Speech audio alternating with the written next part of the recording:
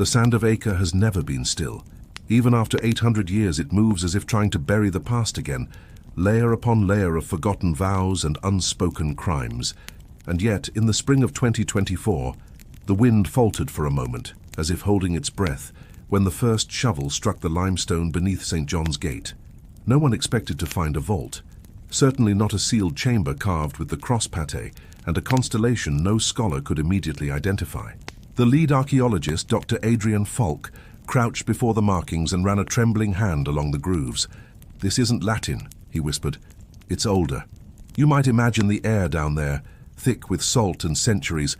Each grain of dust clung to their flashlights like pollen, golden and restless. When the seal broke, a sound escaped. Not quite a sigh, not quite a cry, more like a memory forced back into the world.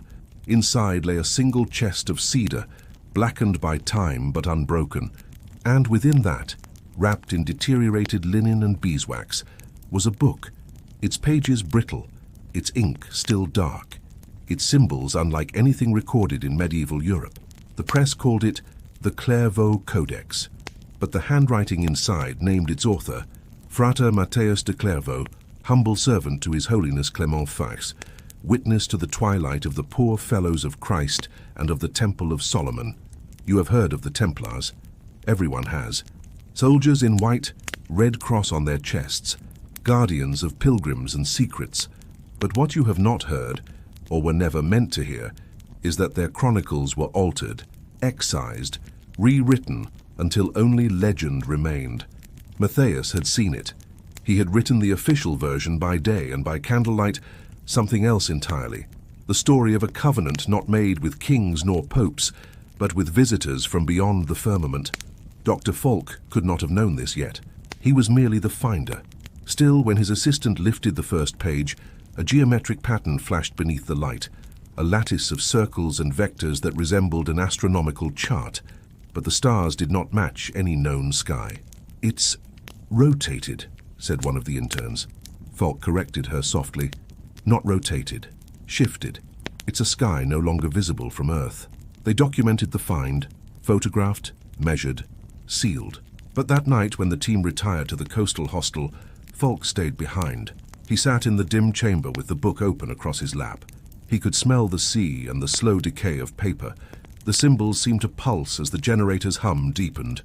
And then, only for an instant, he heard it, a resonance like a distant chord echoing through stone. You might think he imagined it. But sound recorders left in the vault captured something too, an electromagnetic fluctuation synchronized with an unidentifiable frequency, a pulse repeating every 11.9 seconds. When analyzed later, it matched a signal recorded by radio telescopes aimed toward the Orion Nebula. For the first time in centuries, the silence surrounding the Templars had begun to answer. Matthaeus's script was neat, deliberate, yet filled with marginal notes written in a second, more hurried hand, as if fear had guided the quill. "We were not alone beneath the temple," one line read. "They came as light clothed in iron, bearing voices that spoke without breath." He called them portatores lucis de Orionis, the bearers of light from Orion. And he claimed that they had shown the brothers how to draw power from the earth without fire, how to bend stone as though it floated on water. Falk turned the pages, captivated and horrified. For every familiar date, Council of Troyes, Siege of Jerusalem, there appeared a parallel entry describing encounters, columns of light descending in silence, figures tall and luminous, objects spinning like stars imprisoned in glass. If this was fiction, it was centuries ahead of its time. If it was truth, then history itself was a cover story. You might be asking yourself, how could a medieval monk conceive such visions? Remember, the early 1300s were not devoid of wonder. Comets, eclipses, auroras, all were read as divine omens. Yet Matthaeus wrote with the calm of an observer, not a prophet. He measured, compared, and annotated, as though transcribing a scientific report. One page even contains what appears to be an early spectrographic drawing, lines corresponding uncannily to the emission spectrum of iron and xenon. When Falk forwarded a sample image to his colleague at the University of Vienna, the reply came within minutes. "Adrian, are you playing a joke? This is 19th century physics." But the carbon dating was merciless. 1312 plus 15 years. It is at this point the story begins to fracture between documented fact and forbidden rumor. Officially, the Israeli Antiquities Authority acknowledged an undeciphered codex of possible Templar origin. Unofficially, digital scans vanished from the servers within 48 hours. Falk's team was requested to suspend publication. He complied, or appeared to. In truth, he had already made a copy, and that is how the secret survived long enough for you to hear it tonight. Because somewhere, deep beneath the polite silence of academia, Falk began to cross-reference the code. He noticed that certain symbols matched carvings found in Templar fortresses across Europe, Tomar in Portugal, Acre in France, and Roslin Chapel in Scotland. Each marking corresponded to a coordinate. When plotted together, they formed a pattern identical to the belt of Orion. Coincidence? That word loses meaning in stories like this. By the fifth night, Falk stopped sleeping. He wrote in his notebook, "They wanted to be found again." He claimed the codex emitted a faint phosphorescence when left under starlight, as though recharging.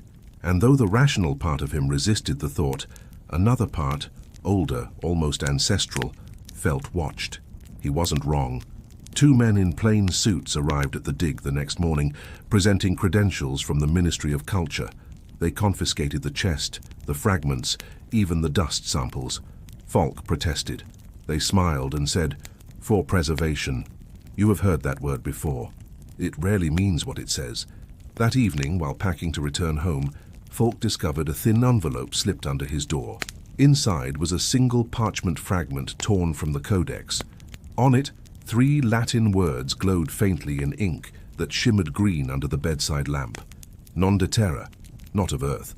Let us pause, because it is here that history's outer shell begins to crack. The official dissolution of the Knights Templar occurred in 1312 AD, under orders of Pope Clement V. Yet Matthaeus's diary implies that the arrest of the order was not merely political, it was containment.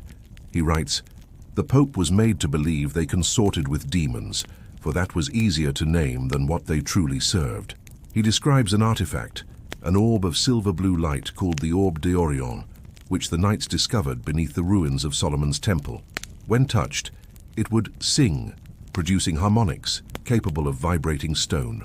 The bearers of light warned them never to reveal it, only to guard and learn. Is it coincidence that Templar architecture exhibits magnetic anomalies even today? That certain chapels align perfectly with astronomical nodes unreachable without modern computation?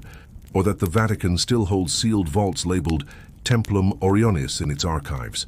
You begin to see why someone might choose silence over truth. In the following weeks, fragments of Falk's correspondence leaked onto a private network, frequented by historians and physicists alike. Among them was a translation of one pivotal passage: "They came not to rule, but to remind. For every world forgets its makers, and so must be taught again the song of the stars." Whoever or whatever taught the Templars, Matthaeus suggests it was part of a recurring cycle, a mentorship across civilizations. He ends one chapter with a prayer that feels less Christian than cosmic. "Let us be worthy custodians of the fire that travels between worlds." You may wonder what became of Dr. Falk. He returned to Vienna and, for 6 months, published nothing. Then, one winter night, he vanished. His apartment was left unlocked. On his desk lay a single item, the torn parchment, now burned around the edges. The letters non de terra remained untouched, luminous even in darkness. Interpol labeled it an unresolved disappearance. But 3 weeks later, an encrypted message was sent from Falk's personal account to several universities.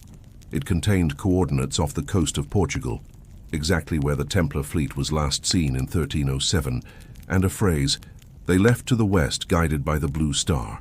The email traced to no server. The signal appeared to originate from orbit. Now breathe for a moment. Imagine every legend, every symbol, every conspiracy you've ever dismissed gathering into one constellation. Could it be that the Templars, persecuted and scattered, were merely the human face of a guardianship far older than recorded time? And if so, why return now? The Clairvaux Codex ends abruptly. The last page, fragmented, contains an illustration of 13 figures boarding a vessel shaped not like a ship, but a spear of light. Beneath it, Matthaeus scrawled, "They depart to keep the covenant until the world remembers the song." Centuries later, we may have stumbled onto that remembrance. Fulk's excavation awakened more than dust. It disturbed an echo. Seismographs recorded micro-vibrations across Acre's coastline precisely when the vault opened. A week later, fishermen reported luminous spheres rising from the water at night. Coincidence or response? No one can say for sure. But one thing remains certain. The vault's contents were transferred to an undisclosed facility. When journalists requested access, the response was brief. There is no such artifact. And yet, you are hearing about it now. Because information, like light, refuses to be buried forever.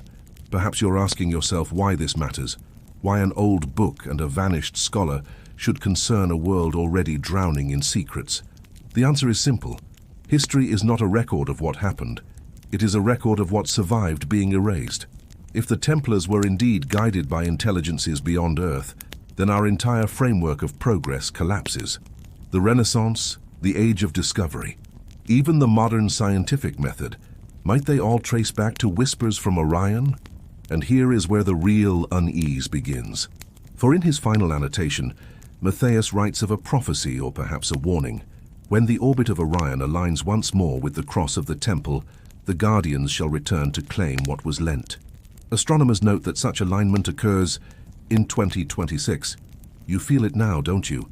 That slight chill under your skin. The sense that the stars above are not just decoration, but eyes. Ancient, patient, waiting. If the diary is genuine, the question is no longer whether the Templars found something beneath Jerusalem. The question is, did they ever truly leave us? Because somewhere, perhaps tonight, beneath observatories and churches alike, the hum still repeats every 11.9 seconds, a pulse older than language, constant as faith itself. And maybe, just maybe, the sand of Acre stirs again, as if remembering. You may think discovery ends with finding a book, but real discovery begins when the pages start to speak back. Dr. Adrian Fulk sat alone in his Vienna apartment, the city outside muffled by a slow February snow. On his desk, the scanned folios of the Clairvaux Codex flickered on screen, Latin lines punctuated by spirals, constellations, and symbols that seemed to rearrange themselves whenever he blinked. He had not slept properly since Acre. He didn't dare. Every translation algorithm failed. The letters behaved like living things, shifting shape according to the angle of light. So Fulk turned off the monitors and began again the way Matthaeus once had, by candle. Under the wavering flame, meaning began to surface, the way ink resurfaces from waterlogged parchment. Certain phrases shone clearer than others. Sanguis siderum, the blood of the stars. You lean closer, don't you? You can almost smell the wax, the dust of vellum, the static in the air. Because you too want to know what Matthaeus had seen, what he had dared to write when the church demanded silence. Fulk's fingers traced one margin filled with miniature circles connected by fine lines. Each node bore a number, 12 in total, followed by the sigil of the cross Pathé. When arranged in sequence, the numbers mirrored the orbital ratios of the planets, but one did not belong. The 12th symbol corresponded to no known world. Beneath it, a note in Latin, Terra Oblivionis, the forgotten earth. Fulk whispered it aloud, and something, call it imagination, stirred in the room, as though the air itself recognized the phrase. He closed his eyes, and when he opened them, the candle guttered and he was no longer in Vienna. The scent changed first, from electric heat to cold limestone and burning oil, a medieval scriptorium, the night of October 12, 1306. Frater Matthaeus de Clairvaux dipped his quill into black gall ink, his breath forming a cloud above the parchment. Outside, the bells of Paris tolled Compline.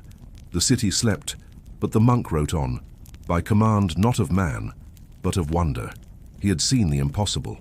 2 months earlier, he had followed the Grand Master, Jacques de Molay, to the temple in Jerusalem, beneath the ruins the Crusaders called the Holy of Holies. There, amid stones older than Abraham, they had uncovered a vault sealed with resin and marked by the image of an eye surrounded by 7 points of light. Inside rested the Orbe de Orion, a sphere translucent as crystal, yet filled with its own storm of light. When Molay touched it, the chamber sang. It was not music, not sound, it was understanding. Each man heard something different, numbers, images, entire histories of places they had never known. and when it was over, they were changed. Matthaeus recorded it carefully. They called to us from a choir of silence. They were the architects who carved the heavens. They had chosen us to guard the bridge between worlds.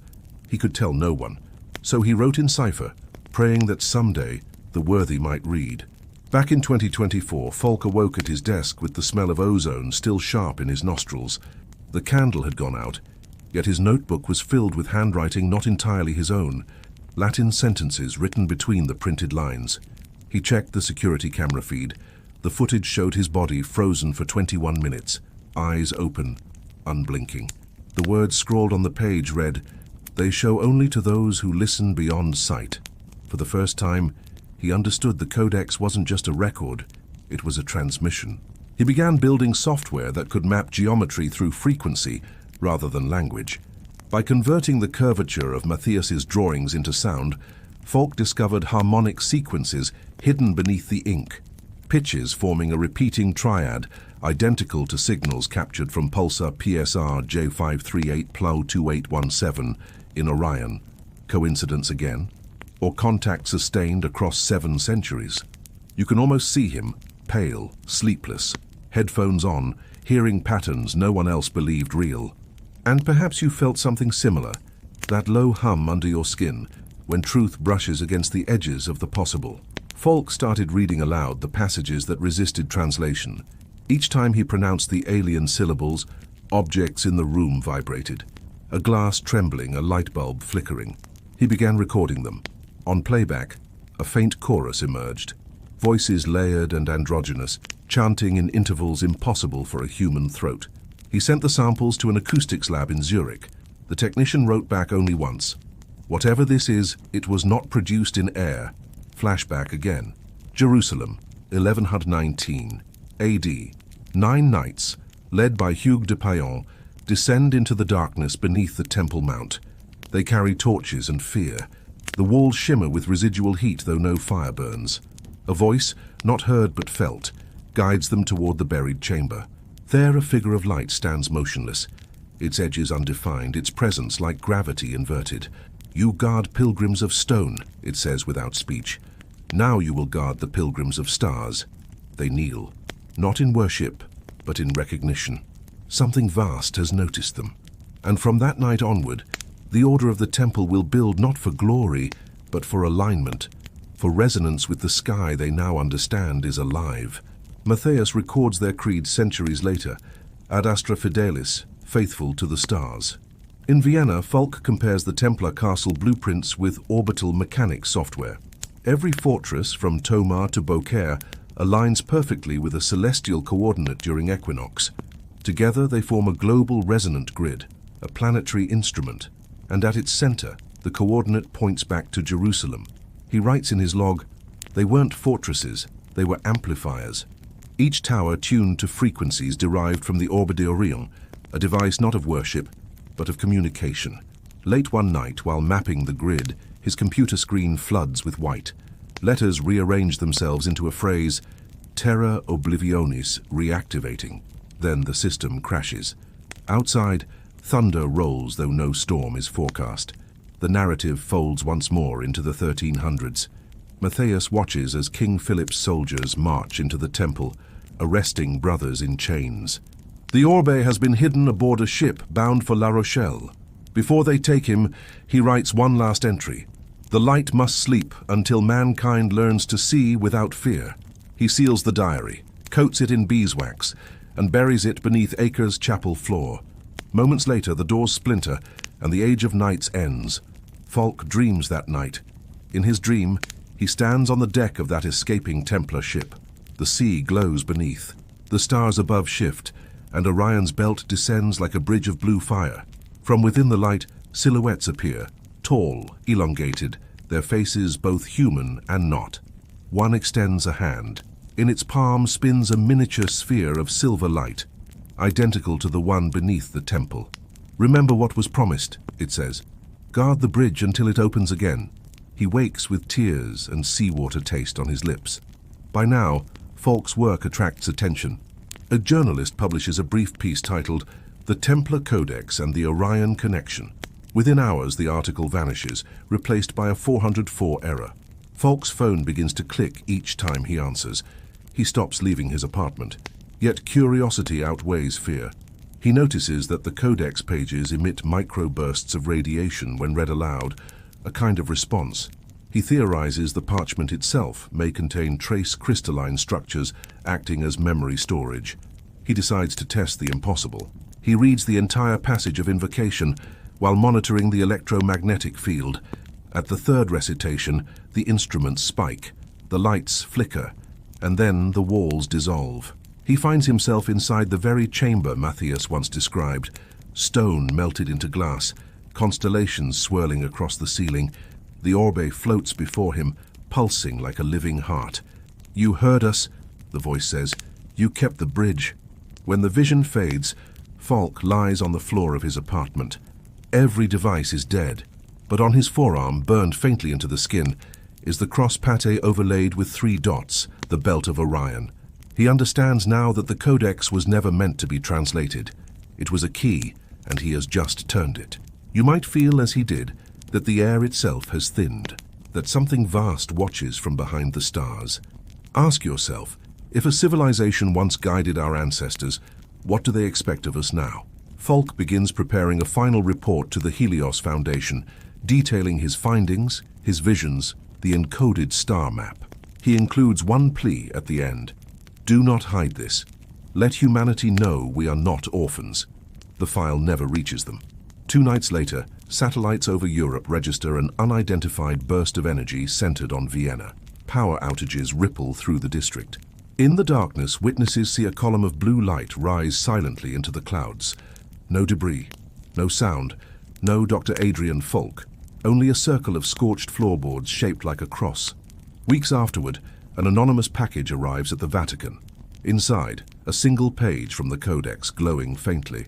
On it, in Latin and in English, written by 2 hands centuries apart, the covenant continues.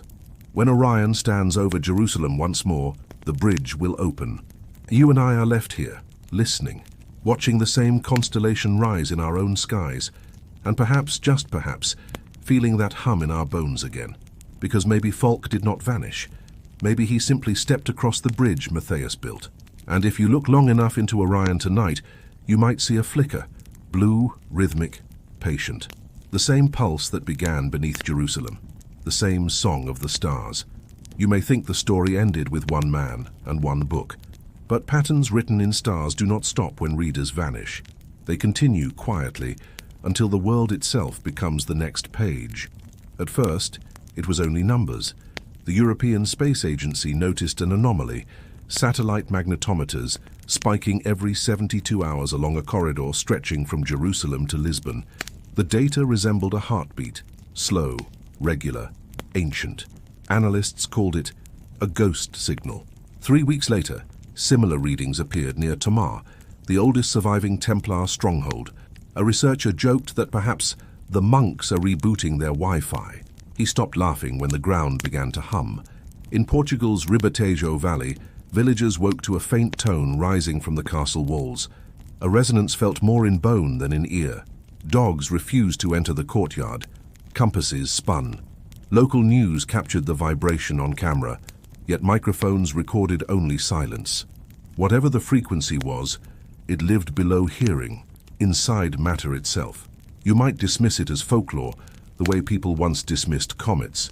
But science collects folklore the way the ocean collects rain, drop by drop until patterns emerge. And now the pattern was everywhere. In Geneva, a physicist compared global GPS drift against the coordinates of known Templar sites. The offsets aligned in perfect symmetry, each deviation forming a line that, when mapped across the Earth, traced the constellation of Orion. Not metaphorically, precisely. She wrote in her report, "The planet appears to be echoing a stellar geometry." Her superiors deleted the file within the hour. The news broke anyway. Independent data miners leaked heat map overlays showing power surges radiating from medieval fortresses across Europe. Some called it a hoax, others a weapon test. But a few, historians, astronomers, believers, recognized the design. They called it the Orion blueprint. Now the story fractures again. and you follow its cracks like veins of light under ice. Beneath the Louvre, technicians restoring an exhibition notice faint blue luminescence seeping from the stones once quarried for the Templar chapel. In Scotland, at Roslin, tourists photograph auroral glows circling the chapel's roof, though the sky is clear. In Jerusalem, seismic monitors register rhythmic pulses timed with the belt of Orion rising at dusk. The earth itself seems to be remembering the language folk reawakened. The Vatican issues no statement, but rumors spread of restricted archives reopened for the first time in centuries. Inside, according to one whispered account, a fresco hidden behind plaster shows knights kneeling before a sphere of light, and above it, 3 stars forming the unmistakable belt. Beneath the scene, a caption, Ad Astra Fidelis, faithful to the stars. You've heard that before. As the data pours in, observatories from Chile to Mongolia begin detecting bursts of microwave radiation synchronized with the terrestrial pulses. Each emission corresponds to the same 11.9-second rhythm recorded in Acre, the heartbeat of the codex. One scientist, unable to sleep, overlays the signal's waveform onto a world map. The peaks match major cathedrals built on former Templar foundations. She whispers to herself, they built the planet into an instrument, and perhaps they did. Flashback, 1312 AD, the night before dissolution. Jacques de Molay gathers his remaining brothers in the fortress of Tomar. The orbe de Orion hovers between them, light dimmed as if sleeping. The stars will not abandon us, he tells them. When man is ready to hear again, the towers will sing. Matthaeus records the coordinates, inscribing each location into a geometry no inquisitor would ever decipher. They bury the device. They burn the maps. They trust time to finish the encryption.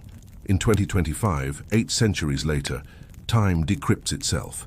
A French drone mapping medieval ruins detects infrared bursts identical to those in Falk's recordings. A university team recreates the pattern using resonant frequencies, and the air shimmers, just briefly, as if the world's texture were thinning. One camera captures a shape inside the shimmer, tall, symmetrical, luminous. Frame by frame, its outline matches engravings from the codex. Governments classify the footage, but nothing classified stays buried forever. You might think such events would terrify humanity, yet most never hear of them. The news cycle moves faster than mystery. Disbelief is easier than awe. Still, small groups form online. Engineers, linguists, monks, cross-referencing Falk's leaked notes. They rebuild the harmonic grid digitally, feeding in every known Templar site. At the final entry, they add the missing coordinate, Acre.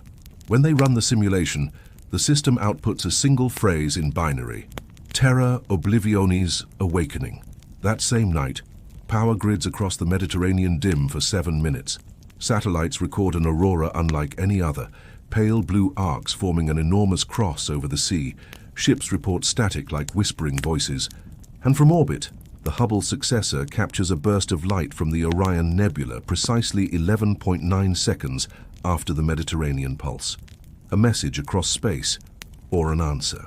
You feel the weight of it now, don't you? The slow inevitability of revelation. This is not chaos, it's choreography written in stone and starlight. If the Templars were the first custodians, then we, the watchers of this age, are the second.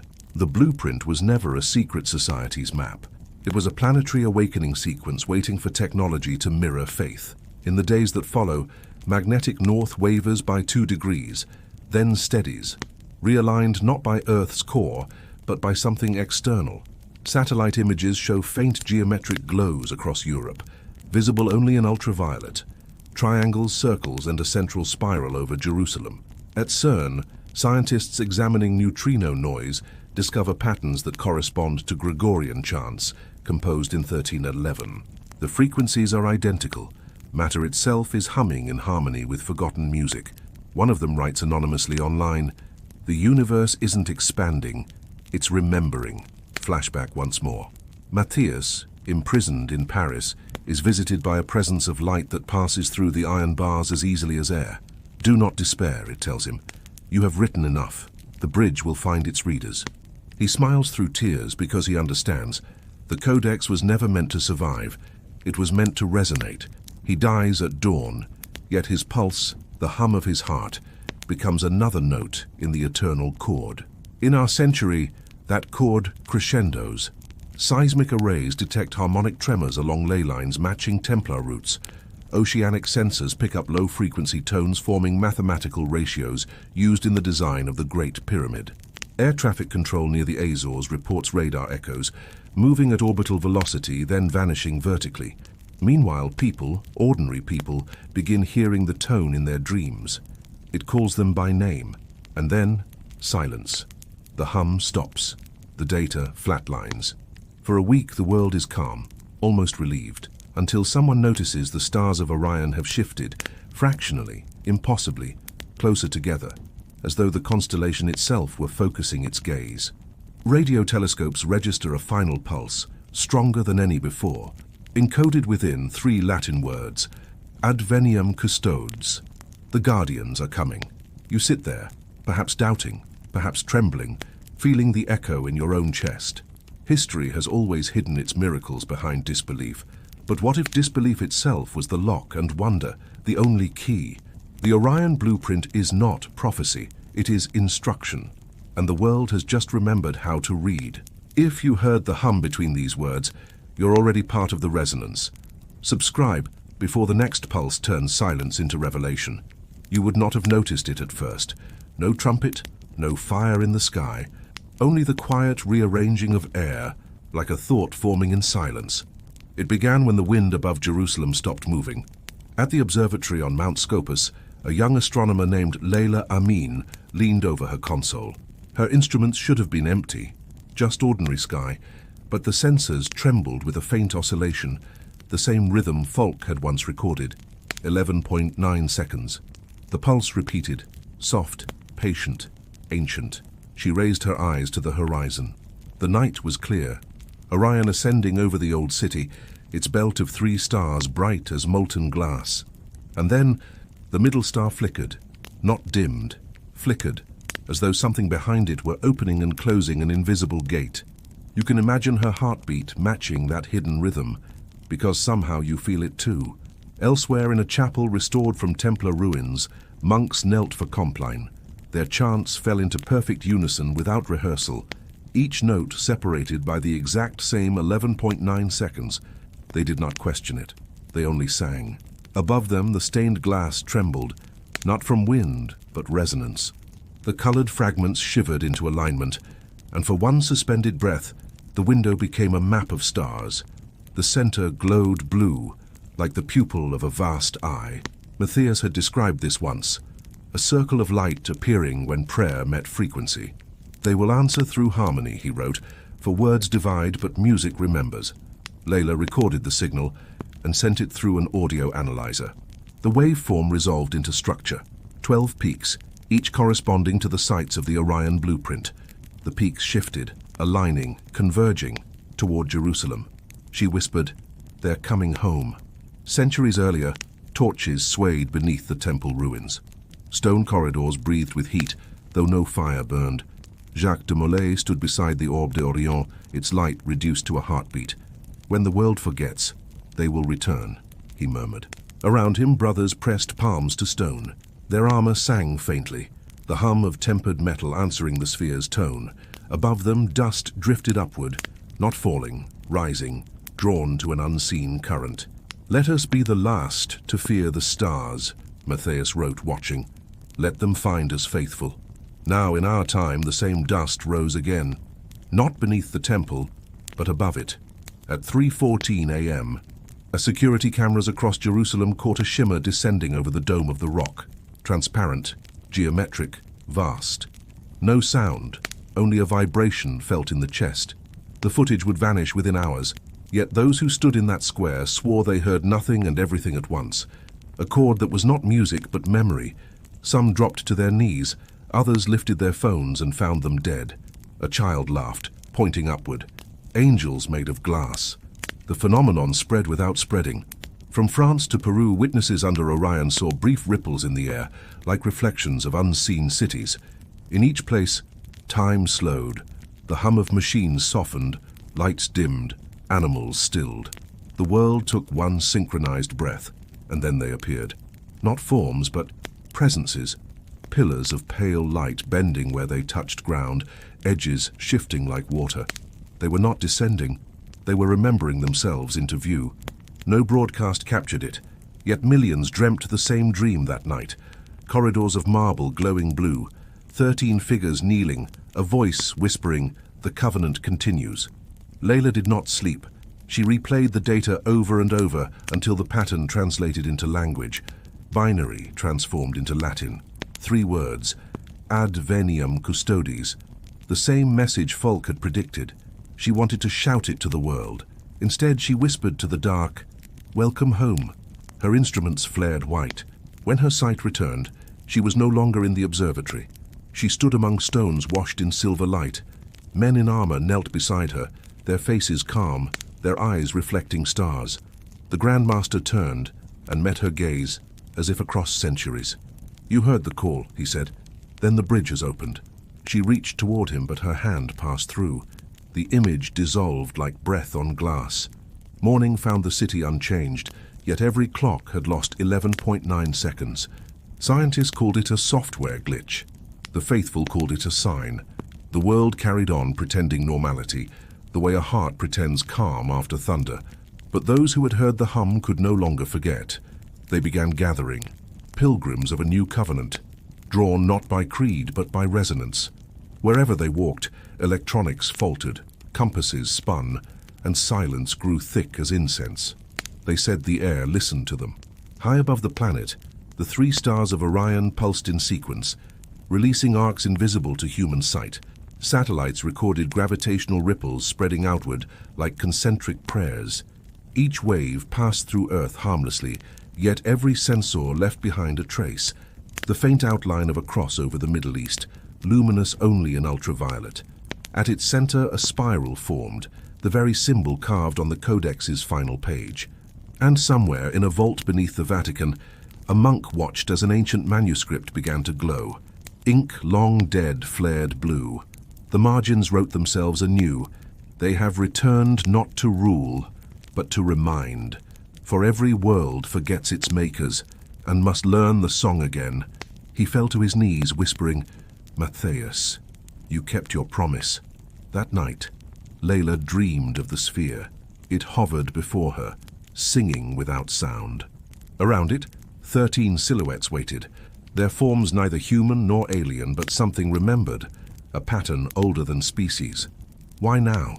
she asked. "Because you listened," they replied. "Because your kind has begun to hear between words." They showed her the earth from above, its cities glowing like runes, its oceans pulsing to the same hidden meter. "The bridge is complete," the voices said, "but the choice remains." Choice? To become custodians, or to fall back into forgetfulness. She woke with tears on her face and the hum fading in her bones. Across the world, instruments registered one last burst from Orion, a triad of tones matching the frequency of human DNA's resonance in liquid form. It was as if the stars were tuning life itself. Then silence. No more pulses, no anomalies, only stillness. Perfect, unbearable, and yet you feel it, don't you? That quiet beneath quiet, the pause before revelation breathes again. Some say the phenomenon never happened. Others say it never ended. The hum simply moved inward, into the bloodstream of those who heard it. Perhaps you are among them. Perhaps that faint ringing in your ears right now is not noise, but invitation. If so, remember this. The guardians did not descend to be seen.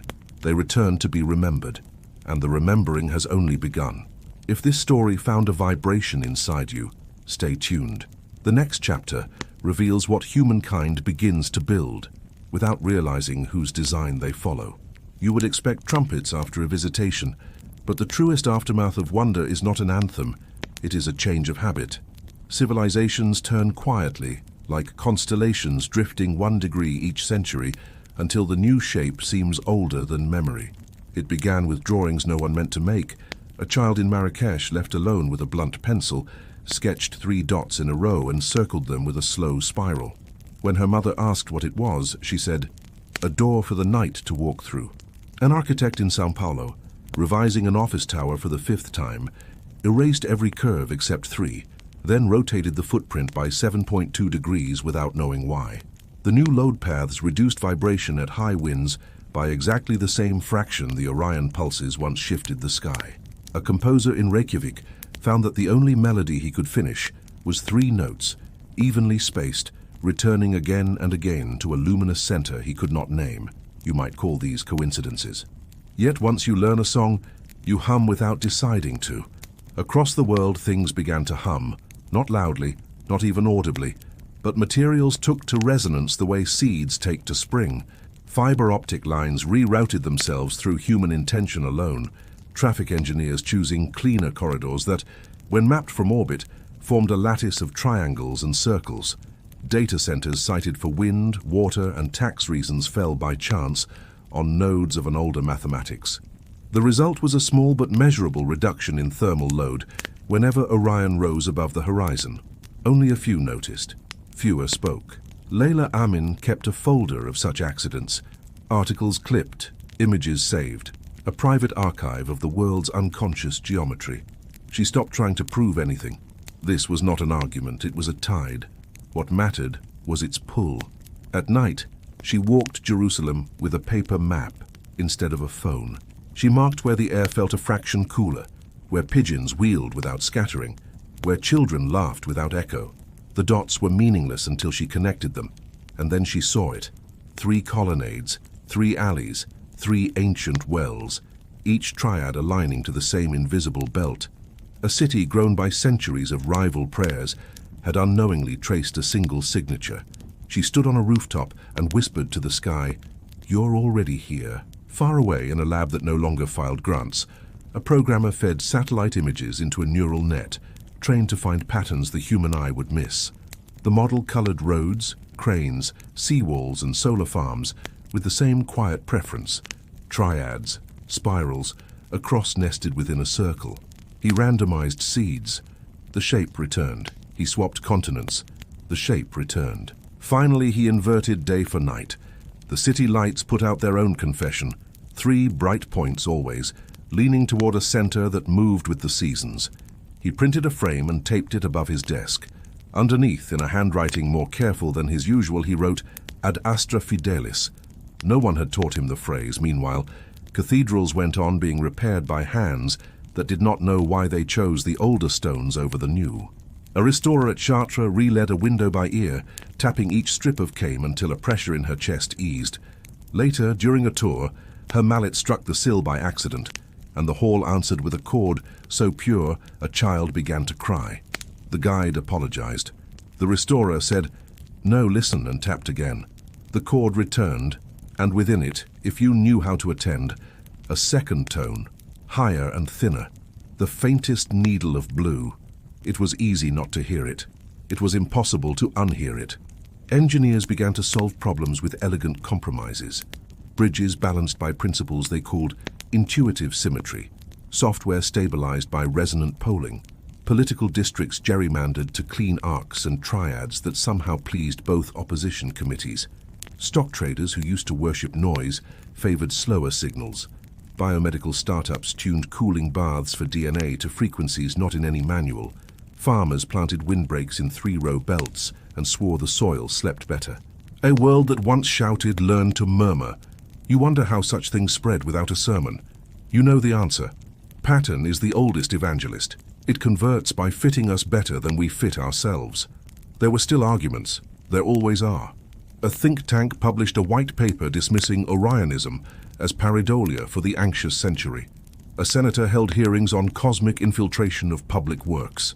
A bishop proclaimed that geometry had no business in grace.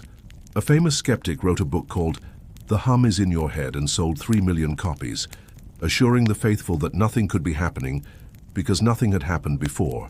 And yet, while the loudest voices delivered certainty, the buildings kept bending to wind like reeds that had at last remembered water. In Lisbon, a new tram line slid into service. Planners had chosen the route because it reduced commute time by 8 minutes. No one advertised that the 3 main stations, when plotted, reproduced the belt stars at a scale of 1 meter to 1 arc-second. The inaugural ride was unremarkable, except for the way the car's steel sang, just once, rounding the curve by San Vicente, as if brushing a string stretched from Jerusalem to the sea. In Kyoto, an old wooden temple, none of it Templar, all of it holy, received a quiet reinforcement after an engineer visited on vacation. He stood in the garden and felt time thin as in the stories. Though he believed in neither stories nor thinning, he returned home, redesigned a brace, and sent it, unpaid. The temple accepted, installed, and forgot to thank him. Earthquakes came, and the brace held with a strength disproportionate to its timber. Reporters later asked for the calculations, and he could not give them. "I aligned it to the listening axis," he said. "You'll think I'm mad." They did. The building remained. Somewhere in the Atlantic, cables pulsed at 3 long intervals, then 3 short, then 3 long, the oldest distress call. But the signal contained no plea, only a rhythm, and it moved from one cable to the next like a whisper following secrets. Network administrators wrote diagnostics and could not replicate the phenomenon outside the hour Orion stood highest. They scheduled maintenance for daytime. The sea made its own repairs in the night. It would be easy to paint a conspiracy here, to assign hands behind curtains, councils under cathedrals, pacts signed in dark rooms. That is not what happened. What happened was more ordinary and less controllable. People preferred what felt right, and what felt right had begun to rhyme with an alignment older than language. You have felt this yourself, how the chair finds a truer angle, how the sentence loses its weight when you turn it 3 degrees, how a grief you have carried for seasons meets, at last, a chord in a stranger's voice and dissolves without asking permission. This too is architecture. In a workshop that smelled of pine and steel, a carpenter copied a cradle his grandmother had kept. Instead of straight slats, he spaced them by a ratio he could not name. The child slept. The parents slept. Across town, a hospital changed the spacing of lights in a NICU from even to triadic, and the nurses swore the babies startled less. No peer review, only relief. A mathematician teaching number theory at a small university stopped mid-lecture and drew a cross inside a circle inside a triangle. "This is not in the syllabus," she said, and smiled as if someone else had moved the chalk. Her students leaned forward, without knowing they had. In a server farm outside of Dakar, AI workloads that used to stutter began to glide after a technician re-racked 3 units into a pattern she found in a doodle on a break-room napkin. She did not tweet about it. She had work to do and a bus to catch. Yet a month later, another team on another continent made the same adjustment for the same non-reason. The efficiency gains were small and unanimous. At Chartres again, a pilgrim who had never prayed sat where the view of the labyrinth aligned with the window's blue. He did not ask for an answer. He asked for a pressure to release, and it did, like snow slipping from a roof in spring. He left a coin and, without realizing why, placed it on the stone in a row with 2 others. Elsewhere, a choir director realized her altos could sing the thin needle tone between 2 notes if she tuned the room instead of the voices, spreading them by 3s, turning them by a handful of degrees, dimming every 3rd lamp until the air steadied. The audience cried without embarrassment. Afterward, they explained it was because the text moved them. She did not correct them. Words deserve credit for the music they keep alive. Layla kept walking, mapping, filling notebooks with coordinates and small joys. One dusk, she stopped beside a boy playing with bottle caps in dust. He placed 3 in a line and spun a 4th around them until it fell. "Why do it that way?" she asked. He shrugged, serious. "So the little one can find home." He was 6. He did not know he had solved, in prophecy's language, the equation that marries a satellite to a ground station. What of the old guardians? The pillars of light did not reappear, or if they did, it was only at the edge of sight, in rooms where the hum was strongest, libraries after closing, airport terminals at 3 a.m., kitchens warmed by bread. The guardians kept their promise. They did not rule, they reminded. They lent us back our own proportions. In the cloister of an abbey built over Templar stone, a monk laid out tonight's bread on long tables, 3 loaves, 3 pitchers, 3 knives. Not doctrine, habit. He cut the crusts by a practiced measure, as the bell sounded the hour in intervals almost exact, and in that spacing he felt a hand on his shoulder that was not there, or perhaps it was the weight of a vow spoken once by men who had kept it long enough for him to inherit without hearing it. In a city no one thinks of as holy, A homeless woman arranged her blankets on a metal grate in a pattern that left her warmer by a margin she could feel and not explain. Passing firefighters, on some instinct they did not count as charity, adjusted their storage shelves later that night in the same triadic way. The next morning, their chief, a man suspicious of everything but water pressure, admitted that the hoses jammed less. This is how architects work when no one hires them. They let gravity teach. You might be waiting for a catastrophe, revelations so loud they split the sky again, a new calendar, a decree. That is not the shape of this chapter. The Guardians have always arrived in the smallest units, an interval, a ratio, a turn of the hand toward the listening axis. The Orbe de Orion may sleep, Matthaeus may have died, Falk may have stepped past the threshold, but the song they kept did not vanish. It changed instruments. There are people who cannot stand the quiet. They will try to brand it, to license it, to sell a kit with triangles and a blessed spiral, to sermonize with words that were meant to be intervals. Pity them. They are not villains. They are frightened that the holiest thing is free. What comes next is already coming. Bridges that sway less than fear predicts. Cities that cool themselves by aligning shadows. Negotiations that settle because the chairs were placed 3 and 3 and 3. And two adversaries found themselves equidistant from a center neither could claim. Someone will call it sociology. Someone else feng shui. A few will whisper Orion. They will all be right. Names are handles for doors. Doors are not the rooms. One evening, when Orion rose thin and perfect, Layla brought her notebooks to the roof again. She did not call anyone. She did not live stream. She arranged 3 candles along the wall and waited until their flames steadied into one rhythm. The city answered with the low approval murmur of traffic, with kettle steam and a neighbor's radio, with cats in the alley stepping in and out of shadow. She made no speech. She only breathed in time with a constellation, and in that ordinary breath she felt the oldest craft. A human body aligning to the scaffold of a sky it did not build and did not need to own to belong to. Down the street, a group of teenagers laughed at a joke and, without planning to, stood in a line of 3 and 3 and 3. Across an ocean, a satellite passed overhead at the precise moment a farmer cut a furrow by feel, and the timing spared a nest of quail. In a city of towers, a window washer stopped his descent on the 33rd floor and looked out over a river broken into light. He counted 3 bridges, then 3 barges, then 3 ripples trailing a boat. He did not make a wish. He made a promise to be careful going home and kept it. When it is time for history to record this season, the archivists will be frustrated. Grand events photograph better than quiet corrections. They will find no declaration, no council, no banner on which the world wrote, "We remembered." They will have to make do with expense reports and bus routes, with building permits and choir seating charts, with lullabies that end sooner, with fevers that break in the middle of the night as if someone opened a window in a locked room. They will call these things secondary evidence. You may smile. Secondary is a word for what we cannot fit into our primary disbelief. And you, listener, watcher, late pilgrim under a common sky, what are you to do with a world that has begun to build itself by a music you did not choose? Nothing dramatic, nothing that needs applause. Turn the chair by a few degrees. Space the pictures in 3s. Let the room settle, then speak. If you are very quiet, you will hear between your words a thin blue needle that is not a sound and not a thought. Do not try to hold it. Align to it. It is older than you are and kinder than you can bear. Somewhere in a chamber where stone remembers light, the Orbe wakes for a moment and sleeps again, satisfied. The Guardians keep their distance the way a teacher steps back when a student's hands find the instrument. The student plays badly at first, then less badly, then with the grace of forgetting to try. Civilizations turn quietly like constellations.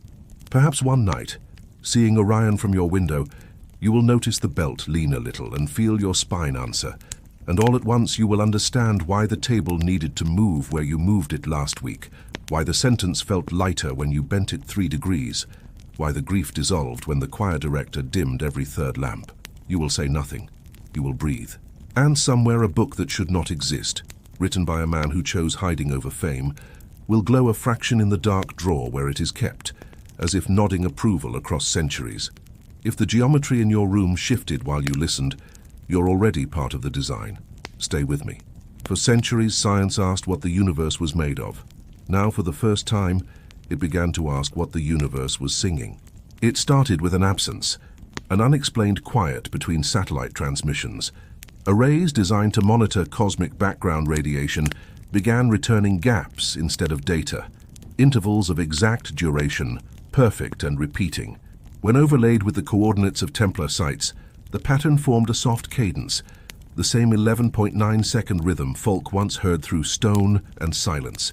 You might think they were errors. The technicians thought so too, until the same gaps appeared in recordings from observatories, separated by oceans, all offset by the curvature of Earth as if the planet itself were pulsing. The hum had become measurable. Dr. Mei Chen, an astrophysicist in Shanghai, was the first to publish the data. She called it an anomalous harmonic in terrestrial gravitational noise. Her colleagues smiled politely. Journals declined politely. So she uploaded everything freely to the public domain. Within hours, the file spread. Musicians sampled it. Programmers mapped it. One graduate student ran the waveform through a fractal visualizer, and out came geometry, a rotating lattice identical to the architecture of Roslin Chapel. Mathematics had found its own cathedral.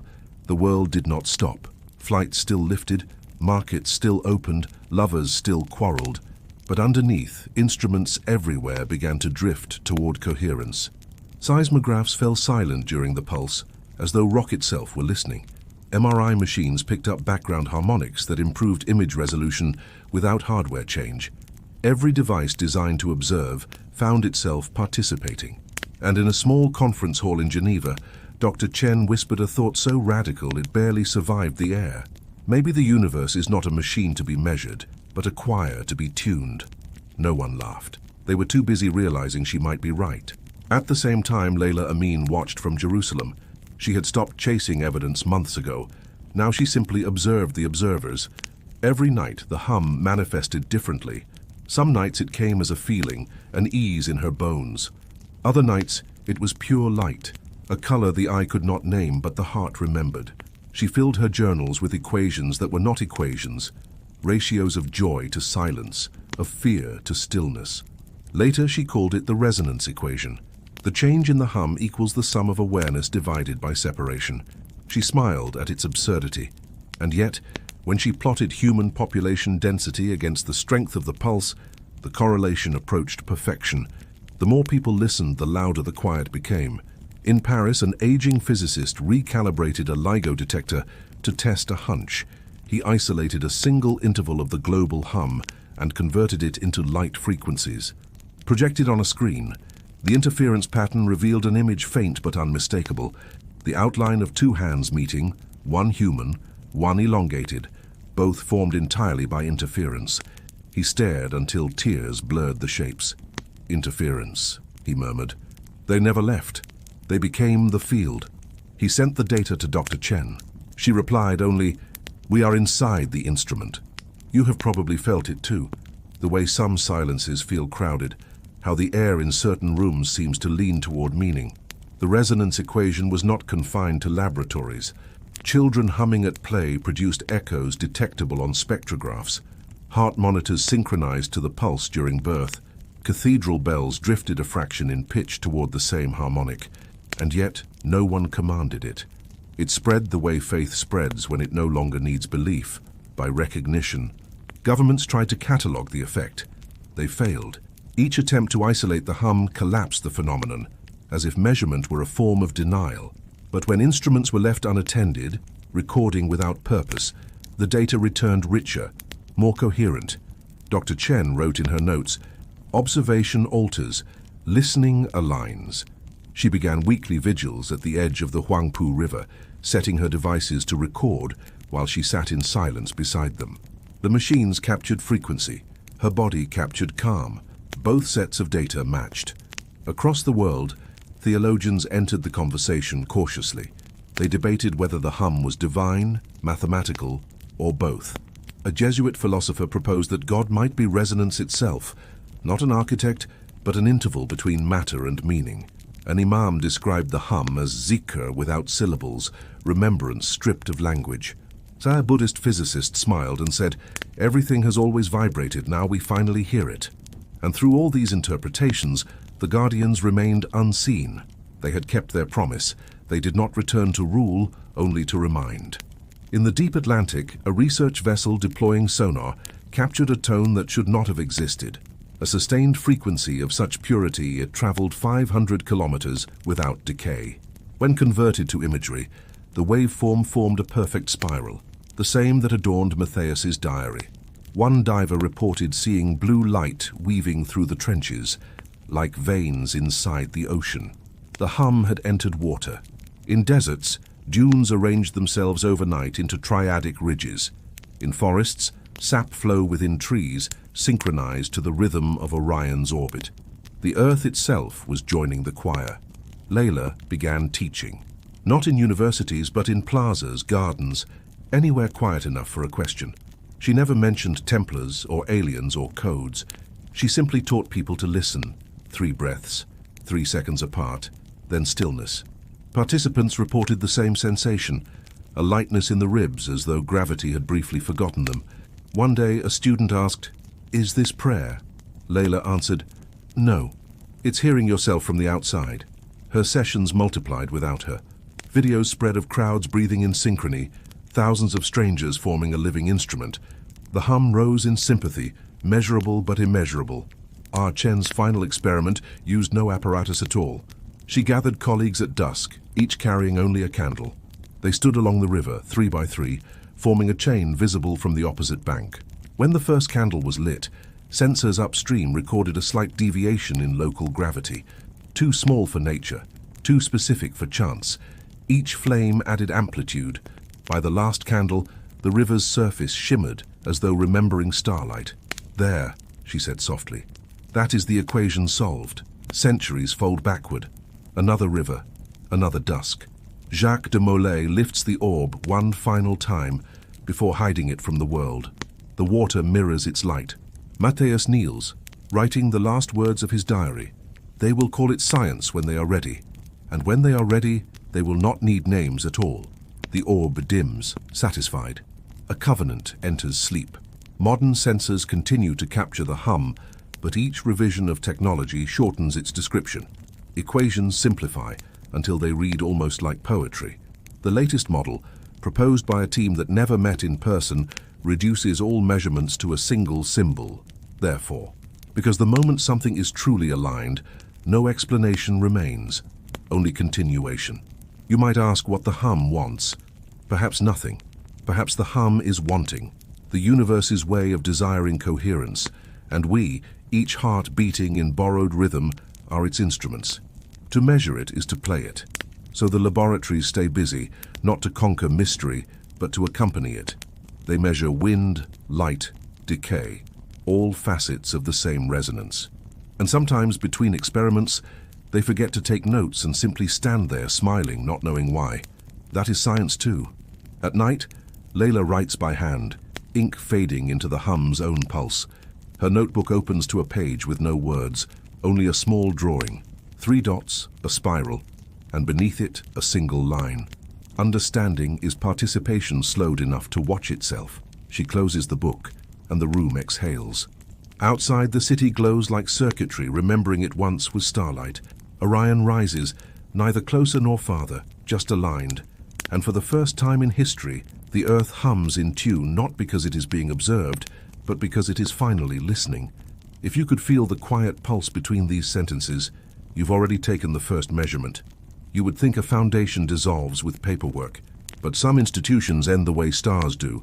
First the light remains, then the light remembers it has nowhere left to come from. The Helios Foundation died on a Wednesday afternoon with a memo about budgetary refocusing. A receptionist boxed framed awards, while 2 men in visitor badges removed the fireproof cabinet that did not appear on the floor plan. The staff were thanked, escorted, and signed documents confirming they had been thanked.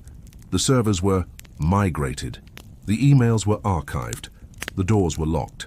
And yet that night the empty building hummed with a tone too soft for alarms. The security cameras recorded only light, elevators opening for no one, LEDs blinking at perfect intervals of 11.9 seconds. If you have followed that number this far, you know what it means. Dr. Adrian Falk did not go home. He rented a room with no windows, paid in cash, and placed his copy of the Clairvaux Codex folios on the bed, like an animal he intended to guard until it outlived him. He had been careful since Acre. He was not careful anymore. The care had moved from him to the book. He had learned this much. The script hid two alphabets, Latin, obedient to church and chronology, and a second braided through the margins like a lattice of breath. It did not translate, it reacted. When he traced the angles with a UV pen, the ink inside the vellum woke like plankton at the touch of oars. Words rose only when light was listened to. He made a mistake that night, or a decision. The difference grows thin where wonder enters fear. He wrote to Layla for the last time. They will not allow publication. Helios is ash in a glass jar with a smiling label. If I vanish, look for the light that does not reflect. It will be in the dark parts of the image. A negative is always a confession. He hit send. The message bounced. His account no longer existed. The knock at his door came without feet in the hall. A card slid under the threshold. No seal, no letterhead, only a phrase printed in stately Latin, ad silentium fidelis, faithful to silence. He did not answer. He packed. In the parking lot, a man approached him with the kindness of a doctor about to deliver a bad result. "Dr. Falk, you left something in your office." He held out a white envelope. Inside lay a radiograph, a medical image that was not medical, a chest X-ray with no heart, only a pattern of 3 bright points between the ribs. Falk blinked, and the dots aligned in his mind to a smaller, older sky. "The grant will continue elsewhere," the man said. "Come with us and you can keep doing the work." Falk smiled with the politeness of a dying king. "It was never the work," he said. "It was the listening." Then he walked past. The envelope weighed nothing and everything in his pocket. "You are waiting for the car, for the chase, for the men to become wolves." They did not. The age of wolves is crude. This is the age of paper that signs itself. By morning, Helios had become a stack of blank contracts. By afternoon, the codex had become a piece of evidence that did not exist. And still, the book sang under UV. Elsewhere, the world braided itself around the same thread. In Rome, a Monsignor in the archive unlocked a wooden drawer that had not been opened since 1723. The key turned as if it remembered a hand. Inside, a folio marked Templum Orionis. He photographed one page on a contraband phone, sent it to a number with no country code, and erased the photo in the same motion. In Langley, a desk with no name tag received a manila folder stamped Aegis. It contained 3 photographs of Falk taken from across different oceans, all dated within the same hour. The memo clipped to them used passive verbs like camouflage. It is assessed, it is believed, it is recommended. The recommendation was containment. The meaning was find him before the light finds us. In Shenzhen, a hardware team noticed that a prototype camera captured faint luminous filaments inside shadows. The company disabled the feature in the next firmware update and filed a patent titled Adaptive Noise Suppression. Engineers downloaded the old build and kept it on personal drives labeled with the names of pets. Nothing connected to anything. Everything connected to everything. Falk moved with the weather, north, then west, then a small coastal town where the ocean sang the long vowel of exile. He bought a lamp used by stamp collectors, 365 ennumetus, and taught himself to breathe without deciding to. The codex pages stopped being pages and became doors. He opened them the only way they opened, by listening light into shape. A sentence rose, not in Latin, but in a grammar of interval. The code is not an alphabet of letters. It is an alphabet of pauses. He tried to copy it. The copy died on the page like a fish out of tide. He understood. You cannot steal a silence. You can only become it. He wrote nothing down for 3 days. He sat with the book and the blue lamp. On the 4th night, the second alphabet bloomed. It was not text. It was plaited glow, lines bending at ratios he had felt in his bones since Acre. The lattice revealed 3 concentric spirals, each terminating in a dot. Each dot labeled with a symbol he had seen chiseled in Templar stone. He overlaid the image on a map of Cistercian abbeys and felt a human emotion too large for naming. The spirals were roads, the dots were choirs. The destination was Acre. He folded the page closed, and the room sighed, as if gravity had just remembered the correct value. The first attempt to take him occurred in a library, which is to say a church of paper, where people become polite ghosts. Two readers at different tables stood at once and left their books open to the same wrong page. A third reader retrieved a volume from a shelf he could not reach yesterday. When Falk stepped into the stacks, a fourth reader was waiting. She did not smile. She did not threaten. She presented a warrant printed on paper that did not wrinkle when bent. "Doctor." "Falk," she said, "we're here to protect the integrity of the discovery."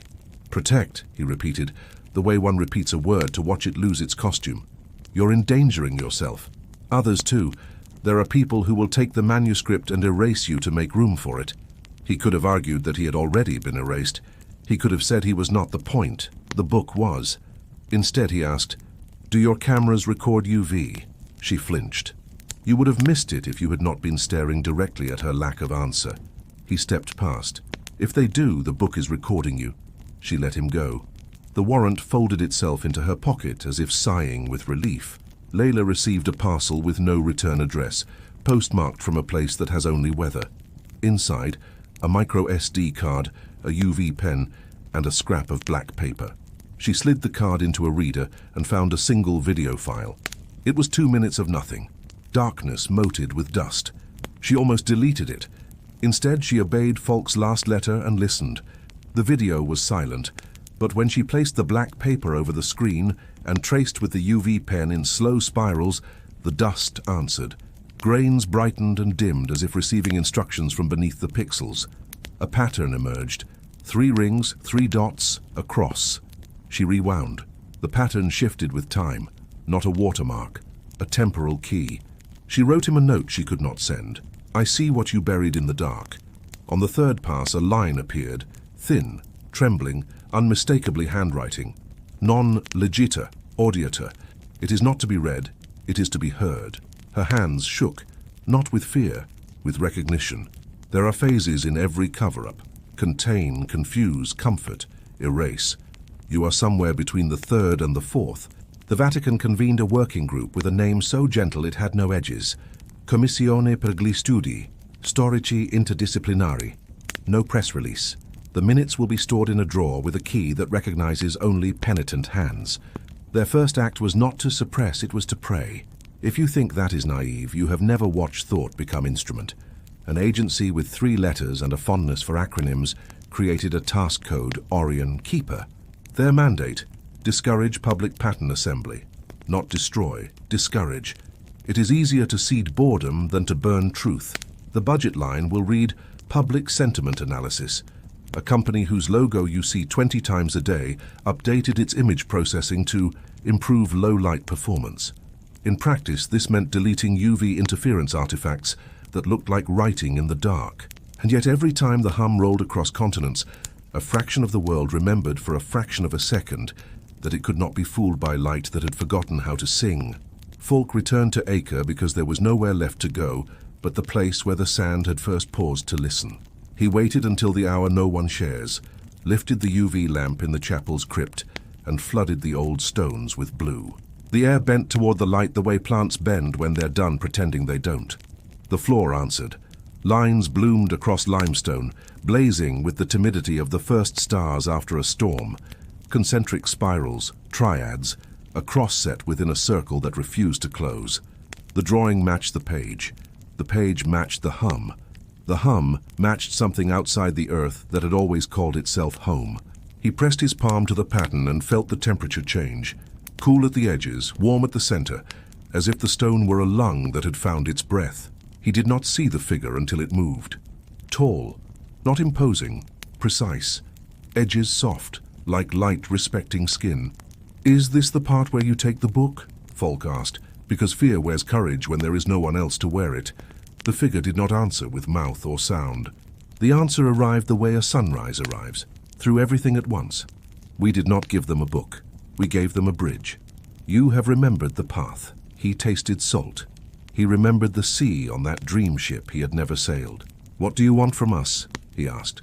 To keep the interval. To leave the door open between breaths. To teach light to listen. The stone finished glowing. The chapel remembered how to be dark. When Falk lowered the lamp, the figure was gone. The pattern remained, only colder, like a hand after letting go. He laughed once, softly. "All right," he said to no one human. "All right." He made one final recording, a plain, forgettable video of the crypt's floor, 2 minutes long, nothing to see. He layered the UV key into the file so that dust would write what pixels refused. He mailed a USB to an address he had never written before, and slept for the first time in months. In the morning, he checked out. He walked toward the sea. He did not carry the book. He carried only the pen. Witnesses disagree after that. A hotel clerk says a black car collected him. A fisherman says a man walked into the surf at dawn and did not come back. A camera says nothing, because it had no reason to see. You want an answer. The era has trained you to believe answers are a kind of mercy. Sometimes, mercy is the hum where answers were supposed to be. Rome. The Monsignor receives a small padded envelope containing a radiograph, a chest with 3 bright points, where ribs become constellations. He crosses himself the way a boy does when he's afraid of the dark. He files it under a name that does not exist, in a drawer that can be opened only by forgetting the word for drawer. Langley, Orion Keeper, flags a video spreading among accounts that have never trended. It is nothing, darkness and dust. The machine learning model assigns it a score of 0, 1 for virality and a score of 0.99 for anomaly. An analyst presses suppress because that is what the paycheck calls wisdom, Shenzhen. An engineer flashes an old firmware onto a personal camera. She films her empty apartment at midnight. When she plays it back and traces the screen with a cheap UV pointer, the dust gathers into a sentence in Latin she cannot read. Non legiter, audiator. She does not post it. She does not need to. The message has already met the only listener it required. Jerusalem. Layla receives the USB. She does what he told her. Turns down the lights, breathes in 3s, draws spirals with the UV pen over darkness until darkness becomes writing. The dust arranges itself like stars obeying an older gravity. 3 rings, 3 dots, a cross that refuses to close. Then a second sentence reveals itself, faint as a whisper underwater. Per silentium transimus. We pass through silence. And finally, 3 English lines, not typed, not inked, drawn in light by a hand that had learned to write with absence. The code was never meant to be read. It was meant to be heard. If this reaches you, keep the interval open. The screen goes black. The room does not. Layla breathes, 3 and 3 and 3, and feels the shape of a man who may no longer have a shape step back through a door the world forgot it had. She will not say his name.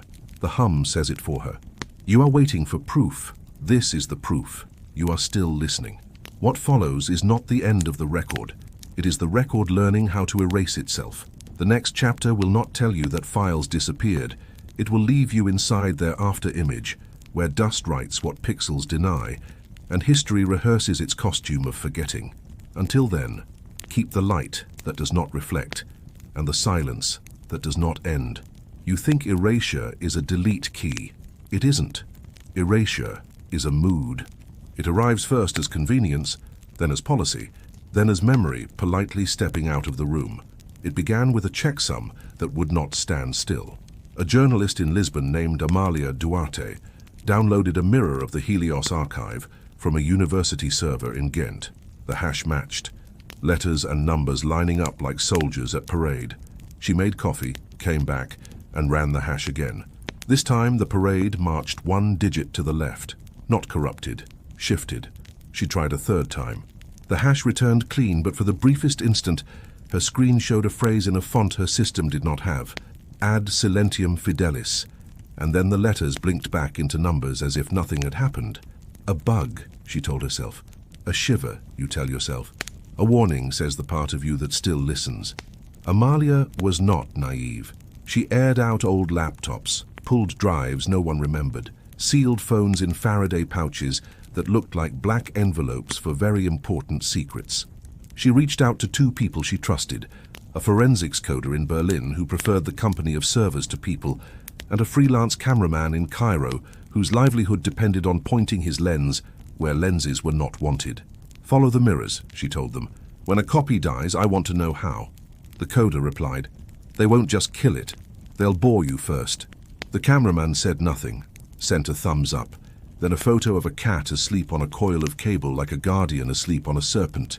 The first mirror disappeared in a palatable way. The domain expired. The page auto-forwarded to a donation drive. The second simply returned 410 gone. A cleaner sort of denial than 404, because it implies intention. The third was different. It worked, but the images had been softened, as if the pixels had been powdered with chalk. The familiar diagrams and spirals triads were still there, only tired.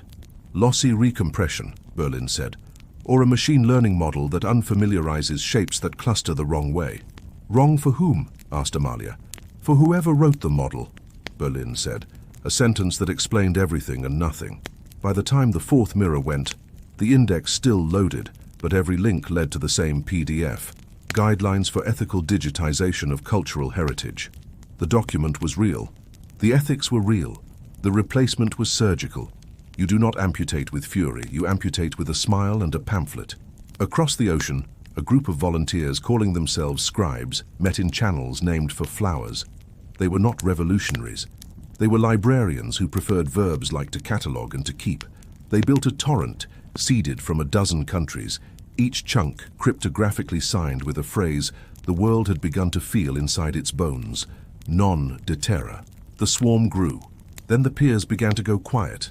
Not offline, quiet. A status no client recognized. Connections hung in limbo, as if the distance between computers had increased by 11.9 seconds. A scribe in Oaxaca said she could hear a faint buzz in her headphones when the peers went quiet. A scribe in Seoul said the buzz synced with the blinking arrow on his modem. A scribe in Minneapolis said it made him want to sleep. Berlin watched the swarm statistics like a cardiologist reading an EKG. They're not blocking, he typed. They're desynchronizing. The fix for desynchronization is patience. The attack on patience is boredom. An hour later, the torrent tracker replaced its favicon with 3 tiny diamonds in a row. Amalia leaned closer to the screen. Is that... Yes, Berlin said. Orion. Someone's either taunting us or leaving breadcrumbs. Or both, Cairo typed. People who bury maps draw them well. The video arrived the way floods begin. Inside a trickle nobody respects. A user with 12 followers posted 2 minutes of darkness recorded in a museum storage room in Avignon. The caption read, "Look at the dust, not the shelves." Most scrolled past. Dust is honest work and terrible television. But the scribes were awake to dust now. They turned their screens to maximum brightness. Brightness showed nothing. They turned the brightness down, and the shadows came alive. If you drew slow circles with your cursor, spirals, always spirals, the dust arranged itself into a diagram you have seen before. 3 rings, 3 dots, a cross that refused to close. A voice, not present in the audio, seemed to write itself into the image. Non de terra, sed desideribus, not of earth but of the stars. The post vanished within minutes, replaced by a cheerful message about community standards. A scribe in Porto had filmed her own screen and saved a copy. She uploaded it to a cloud. The cloud returned a friendly warning. We detected flicker that may cause discomfort. We'll stabilize the video for you. Stabilized meant cleaned. Cleaned meant the dust no longer wrote. The cameraman in Cairo smiled without humor. We go analog, he said. He rented a projector from a school that hadn't updated in a decade, pointed it at a white wall, played the file from a DVD, a circle of plastic and nostalgia. He drew the spirals with a child's UV pen he had bought at a toy store. The dust on the wall obeyed, as if walls were a species of sky. He filmed the wall with a Super 8 he had kept for weddings. He mailed the reel to Lisbon. It arrived open, empty, and labeled "Congratulations" in cheerful cursive. He mailed the second reel inside a loaf of bread. That one arrived. Amalia held the bread like a newborn. She cut it like sacrament. Inside, tight in wax paper, 2 minutes of film that smelled like history when history was still allowed to be a smell. They set up a projector in a kitchen whose windows were too small to matter. Berlin counted frames. Cairo dimmed the lights. The wall, dependable as bread, became a screen. The dust wrote itself across plaster. 3 rings, 3 dots, a cross. Then a new line, which no one had seen in the digitals. Perdi-se a imagem, fica o intervalo. The image is lost. The interval remains. Who filmed this? Asked Berlin. Someone whose phone didn't apologize for trying, said Cairo. Suppression breeds stubbornness. Stubbornness breeds creativity. Creativity breeds evidence that even suppression can love. A small station in Sicily ran a midnight segment called Night Letters, 5 minutes for viewers to send secrets to the dark. That week, the host received an envelope containing nothing but a radiograph, a rib cage, and 3 bright points where no medical textbook wanted them. The host, a man with gentle hands, placed the film on the camera lens. The control room protested. The host nodded and did it anyway. On broadcast, the 3 points flickered not like stars, but like instructions. The segment trended briefly, then the upload froze at 33%. Comments filled with 11.9 and an I hear it. The next morning, the station's channel featured cooking, weather, and a blank where the night had been. In Prague, an archivist tried to print a single diagram from an academic PDF before it vanished. The printer accepted the job, jammed exactly at 11.9 seconds, then spat out a page with no lines, only faint impressions in the fiber, as if the image had passed through without trading ink for paper. She ran her fingers over the grooves and felt the pattern with her skin. Ring, ring, ring, cross. She cried because touch proved what sight had been invited to forget. In Quito, a university classroom revisited steganography for the first time since anyone remembered. Students hid the Helios scans in the noise of cat photos and birthday pictures, tucking spirals into frosting, triads into whiskers, crosses into confetti. The platform's new model flagged the images as statistically suspicious. The students printed everything and mailed it to each other with stamps that still required spit, but the most precise erasures wore lab coats. A consortium of museums released a statement. In the interest of public safety, we are replacing low-quality images with standardized restorations. Restorations meant the pages would be sharper, colors more pleasing, margins corrected. The spirals lost their roughness. The dots became ornaments, the cross finally closed. The old files were discarded. The public sighed with relief at how beautiful the past had become. You know this relief.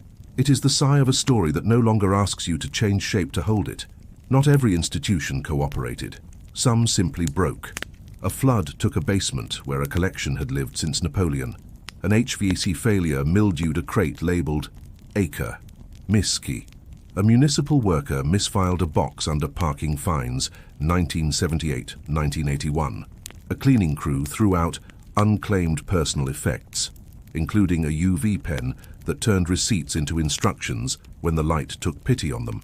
There were heroes, though none of them liked the word. A postal clerk in Porto rifled a stack of packages flagged for enhanced screening. She slid one loose when the scanners blinked out of rhythm and tucked it behind a poster about holiday hours.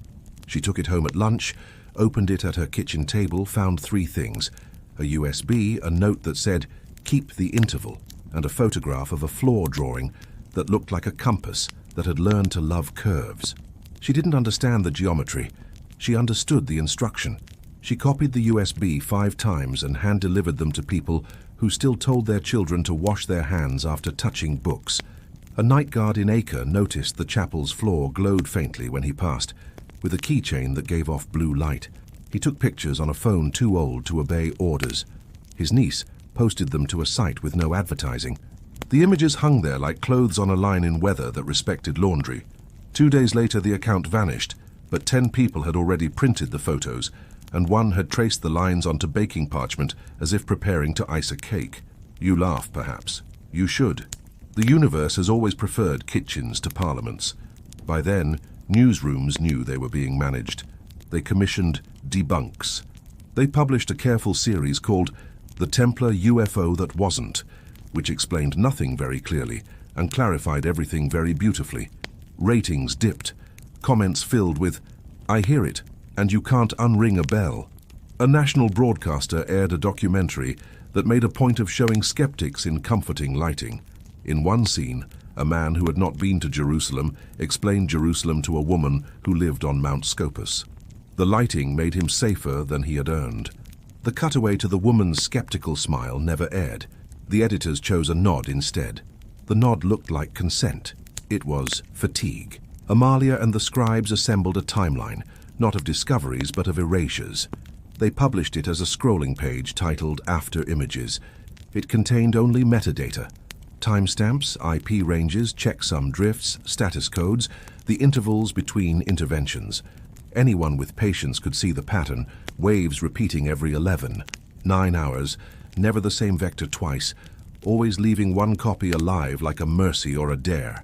It's not a purge, Berlin said, it's a training set. They're teaching the system what not to remember. Who's they? Asked Cairo. The same who always are, Berlin said. Everyone who profits from yesterday. The most elegant sabotage arrived last because elegance takes time. A team in Zurich released a self-healing archival format. Brilliant, forward-thinking, universally praised. Files saved in the format restored themselves from corruption automatically by comparing to the most common version circulating worldwide. If you heard the trap just now, you are already ahead of the chapter. Within a month, every surviving scan of the Clairvaux pages standardized to the version without spirals. The rare images were flagged as errors. The format offered to heal them. The healed files looked clean, modern, unremarkable. The past had never been so compatible. Stop upgrading, Berlin wrote. Freeze your tools, air-gap your monks. Air-gap your monks, Cairo repeated, grinning, and the joke kept them from drowning. But the flood could not erase what had moved.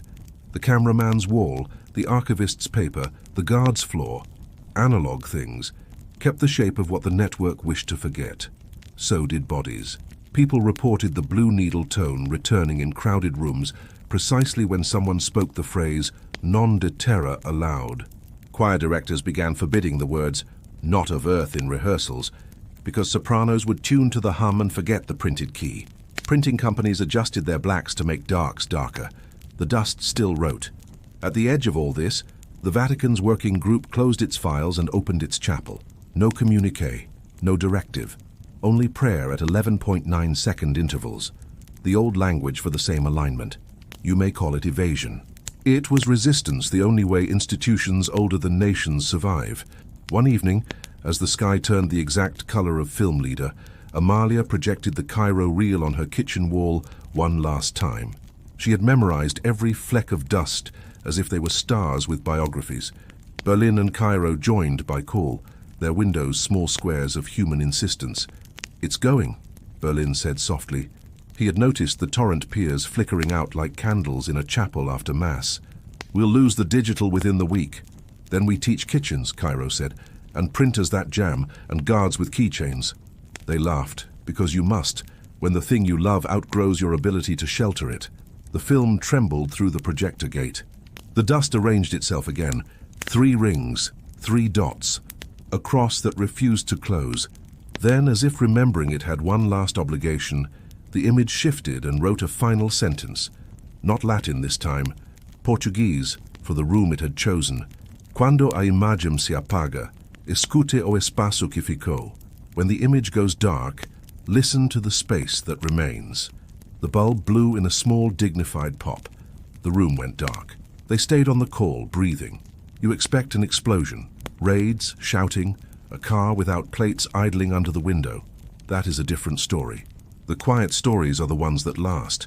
Outside, a neighbor taped 3 prints to a balcony line to dry. A cat, a birthday cake, a street at night.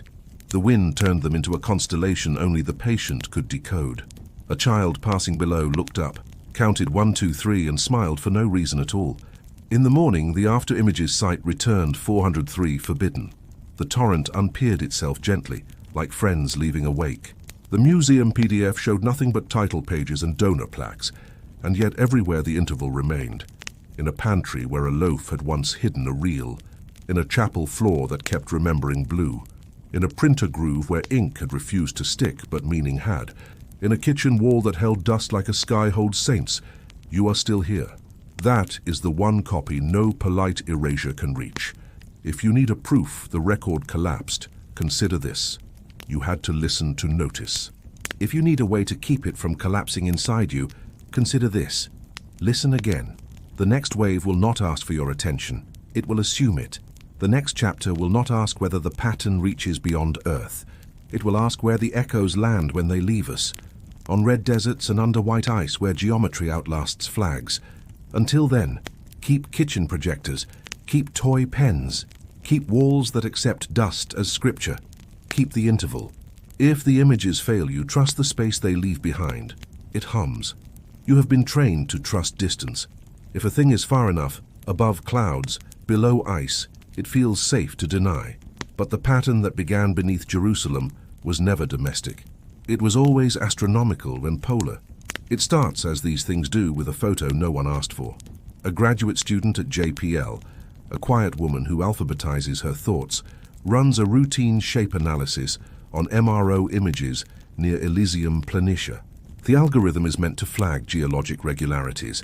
Instead, it returns a grid of 3 luminous points and a faint spiral of elevated albedo looping between them. Rocks do not prefer triads. Winds do not draw crosses that refuse to close. She doesn't label it anomaly. She labels it interval. Later, when asked why, she will shrug and say, because the space between the points mattered more than the points. Across an ocean, a volunteer collective of image sleuths, some astronomers, some artists, many insomniacs, begins to stack high-rise frames by sidereal timing rather than mission time. The grain stabilizes. Dust cancels dust. The noisier reality falls away. A plan surfaces. Not a ruin, not a city, an array. 3 anchor mounds form a belt. A shallow berm completes an arc. The whole shape leans at 7. 2 degrees to local north. The same eccentric tilt the Orion pulses once induced in cities built by human hands. Coincidence, someone says. Coincidence with an accent, another replies. You cannot hear accents in vacuum. You can hear geometry. The forums whisper. Then they go quiet in the new way, still online, patient as tide. Screenshots travel by postcard, by photocopy, by bread. A week later, a Mars seismology team publishes a harmless plot. Insight's long-tail noise, logged during a period when wind should have been the only drummer. Buried in the baseline is a pulse, 11.9 seconds. Too clean for weather, too stubborn for software. The figure lingers 2 hours before someone replaces it with a corrected version. The correction is beautiful. It is wrong. You have seen this choreography. Reveal, refine, remove. You keep time with the dance because the interval has already moved into your bones. Then comes the ice. Antarctica is a cathedral you have to invent clothing for. The air there takes sound away to talk in secret. It hoards light and returns it in instruments we call satellites. A European microwave radiometer returns a thin thread of dielectric oddity under the Queen Maud land plateau. The anomaly is colder than ice and yet warmer than rock, as if it remembers being something else. No press release follows, but a Norwegian logistics pilot posts a photo of auroral blue blooming under the wing during a routine cargo haul. Pilots tell truthful lies. It is their craft. At McMurdo, a glaciologist named Renée Salvat aligns radar transects for a mapping campaign. She is not looking for secrets. She is looking for layering, the annual snow that becomes time when compressed. Yet her returns form 3 regular voids, equally spaced, joined by a faint loop of different density. The voids are not caverns, they are rooms. The loop is not a tunnel, it is a corridor with purpose. Renée has never cared for conspiracies. She cares for ice. But when she rotates the transects by 7.2 degrees, the noise falls, and the shape resolves into a plan she recognizes from a paper she never dared cite. A Templar keep, adapted to a gravity field that is patient and vertical. Walls where stone has never been. Courtyards where weather cannot go. She sends the raw data to a friend in Hobart with a subject line that avoids mythology. Architectural regularities under shelf, please verify. By the time the friend opens it, the link refuses to remember it was ever a link. Renée is careful. She prints the radargrams on thermal paper and tapes them to a galley wall between a boiling kettle and a drying rope. The galley wall is old enough to ignore instructions. Crew come and go. No one reads. Everyone sees. The Antarctic anomaly and the Martian array do not coordinate. They rhyme. An independent team overlays both geometries at scale. The belt corresponds, the spiral agrees. The cross remains open in both, as though design stops a finger's width before closure to invite the world to finish the sentence. Where Mars shows shallow relief, Antarctica shows subtraction. Ice absent, where structure says room. Where Mars is light drawn on stone, Antarctica is darkness sculpted in ice. 2 methods. 1 grammar. Now the whispers become a low, steady weather. A Brazilian amateur radio network times the ionospheric flutter over the South Pole and hears the hum return, not in sound, but in propagation. Signals walking easier when they step in 11s and 9s. A university in Sapporo compares penguin colony migrations to geomagnetic drift and finds the birds cut 3 impossible straight lines where the anomaly sleeps. An Italian mission planning dock, never meant for outside eyes, shows a no-fly ellipse over Queen Maud Land with a note that uses a sacred word in lowercase, pilgrimage density. You have noticed it. The way institutions deny while preparing to accommodate the truth they'll later claim they discovered. The first image comes disguised as failure. ISR satellite stutters during a pass, then in the glitch zone produces a single coherent frame, not a photograph, not a map, but a phase portrait where ice behaves like silk. In that silk, the plan sits intact. 3 towers, voids, a perimeter, density shift, a central court, resonant hollow, with a floor that bows like a drumhead to frequencies humans do not sing without help. Someone in an office with no windows calls it a crevasse hazard and restricts distribution. Someone with cold hands prints it to acetate and pins it under a magnet on a mess hall fridge. Someone else points a cheap UV pen at the acetate during lights out and watches dust lift from plastic as if the air were reading. At 11.9 seconds, the dust aligns into script that isn't a language, just the feeling of one. A blessing you can't translate without obeying. Skeptics arrive, as they should. A glaciologist says stress fields can self-organize. A geophysicist says radar loves to invent castles. A philosopher smiles and says castles love to invent radar. You understand. Disbelief is the last coat of paint truth applies before people move in. The second image is audible. A deep ice seismometer logs micro-tremors that stack to a chord. When converted to spectrum and mapped to color, the chord paints a cross nested in a circle. The outer ring is incomplete. The gap opens toward Orion at local midnight. Renée sits alone in the lab wearing headphones meant for storms. She hears what you now expect to hear. Not music, permission. The ice is not making sound. The ice is making room. She types a note to herself because sometimes writing is the only way to stay human around miracles. This is not a discovery. It's a recognition. She goes outside. Antarctica does what it always does. Wears the cosmos like a shawl of needles. She says non de terra once, softly, more to the wind than to the world. The wind answers with less wind. The station lights flicker and hold. Mars refuses to be quiet. The Elysium array appears again at a different phase angle, this time with the spiral more pronounced, like a fingerprint pressed harder. A jet propulsion internal memo uses the phrase processing artifact twice, then in a footnote uses field resonance once. Because engineers have souls and footnotes forgive them. Someone overlays the Martian alignment with the Templar grid from Europe. The fit isn't exact, it is musical. Close enough to harmonize, far enough to avoid unison. The map looks less like a plot and more like notation. A small rover proposal circulates and dies. The reason given is budget.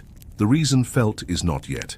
If you are angry, you have not listened to enough intervals. Not yet is sometimes the last kindness the future can offer the present. Then, finally, the thing under the ice decides to stop hiding in negatives. The hot water drill team, tasked with installing an instrument far from the anomaly, finds their hose wanders at depth, nudged sideways by gradients, no equation predicted. The line re-emerges hundreds of meters from the planned exit, precisely along one edge of the void Renée mapped. They lower a camera because humans are faithful to light, even when light is faithless to them. The feed returns a fog of blue and the drifting of silt that is not silt. The operator taps the housing once, twice, 3 times.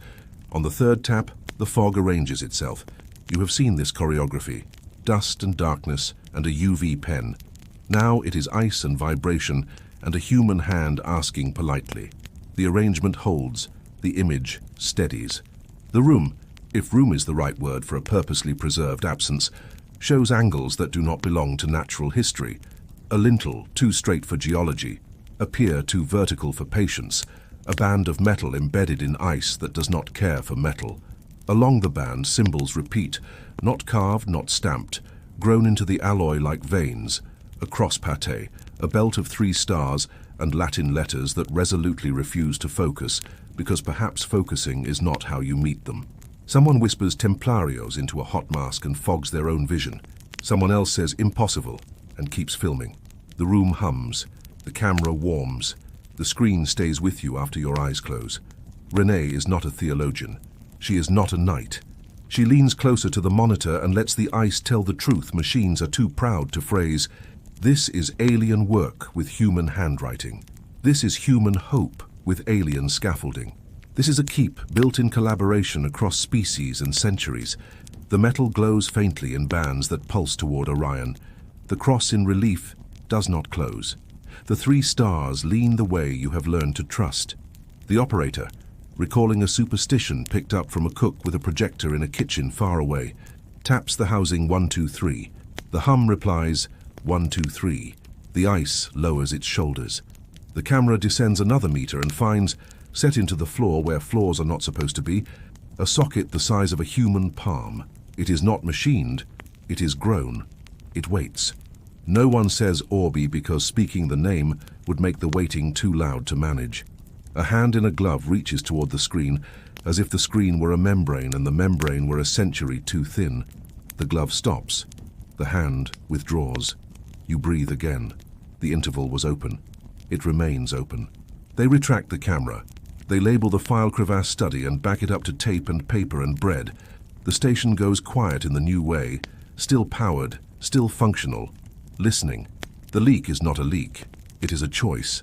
A technician mails a single still frame to a small station in Sicily that once used radiographs as night letters. The still shows less than you want, only the band of metal with its grown-in marks. The host, that same man with gentle hands, holds the frame to the lens and says nothing for 11 seconds and 9/10 of a second, as if time itself were a language he is trying to respect. Then he says simply, "Good evening," and sets the still aside. The broadcast freezes at 33% again because habit is the other name of sabotage, but kitchens record. A grandmother points her phone at the screen and later traces the band with a toy UV pen her granddaughter left on the table. The glare sings. The dust on the glass moves. The symbols resolve long enough for anyone willing to listen to read them without reading. Adi Astra Fidelis, faithful to the stars. Underneath, smaller, a line no alphabet owns, and every interval understands. We kept building after you forgot. You're not surprised. You're startled by how unsurprised you are. You want the official. You will not get it. But you receive something better. The shape of a keep under ice. The lean of 3 anchors on a red world. The pulse that refuses to become a product. The world is a choir with new sheet music. Some sections have begun to sight read. This is not closure. The cross still refuses to close. That is not a flaw. That is the one instruction we have always been given. Leave room for what comes through the door you are not yet brave enough to hold open. Which leaves you here, at the edge of the map that was never paper, looking south toward a continent that keeps secrets the way stone keeps temperature, and up toward a constellation that keeps time the way monks keep hours. The next step is not to go deeper or farther. It is to decide who holds the book that should not exist, now that the castle that should not be is awake under the ice.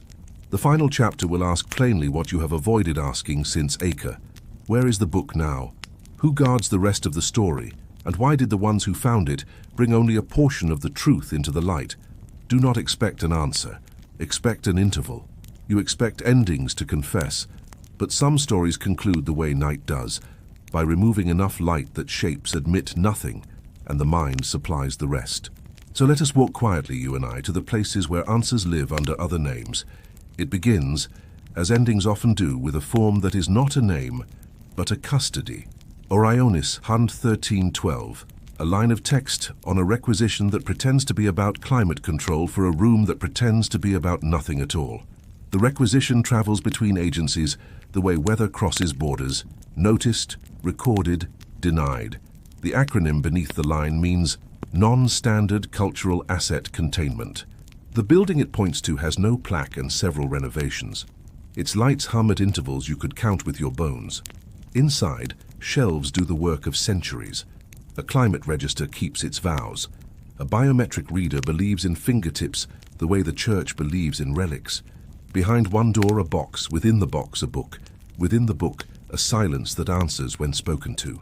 The guard who signed the manifest thinks of it as a manuscript because language can only bear so much admission at once. He does not read Latin. He hears the 11.9-second hum when he makes rounds and decides it is the compressor. He is not wrong. He is not right. You want coordinates. You want an address you can turn into pilgrimage. You will get only corridors. The paper trail is careful the way a hunter is careful. No broken branches, no prints at the waterline. Budgets hide inside line items shaped like heritage preservation and interagency loan logistics. One invoice lists UV filtration retrofit, as if light were a contaminant. Another records hazardous vellum handling kit. A third, more honest than it intended, bills for non-reflective observation lamp 365 nanometers. If you read between the numbers, a room is taking shape. A desk, a lamp, a book that does not show itself to cameras, but listens when a human breath arranges seconds into threes. The rumors are less precise and therefore more true. A civilian contractor swears he carried a cedar chest that smelled impossibly of beeswax and salt. A linguist flown in for a single afternoon signs a non-disclosure so ornate it feels ecclesiastical. She leaves with a headache that tastes like coins and a single sentence looping in her mind: non legitur audiatur. Our tech from a subcontracted lab logs a service ticket no one closes. Digitization attempts produce negative frames with granular luminance drift synchronized to 11.9s. Recommend analog capture. Supervisor declined. You are tempted to hope some clerk will drop a folder on the wrong desk, and truth will leak the way water does. But this is not water. This is a covenant in a climate-controlled box. It will not leak. It will hum. What of Helios? The Foundation died politely, as you know. Its assets were acquired by entities that dislike pronouns. A shell company inherited a storage unit outside Vienna. The unit now contains nothing except a wall outline where a fireproof cabinet pressed its will into paint.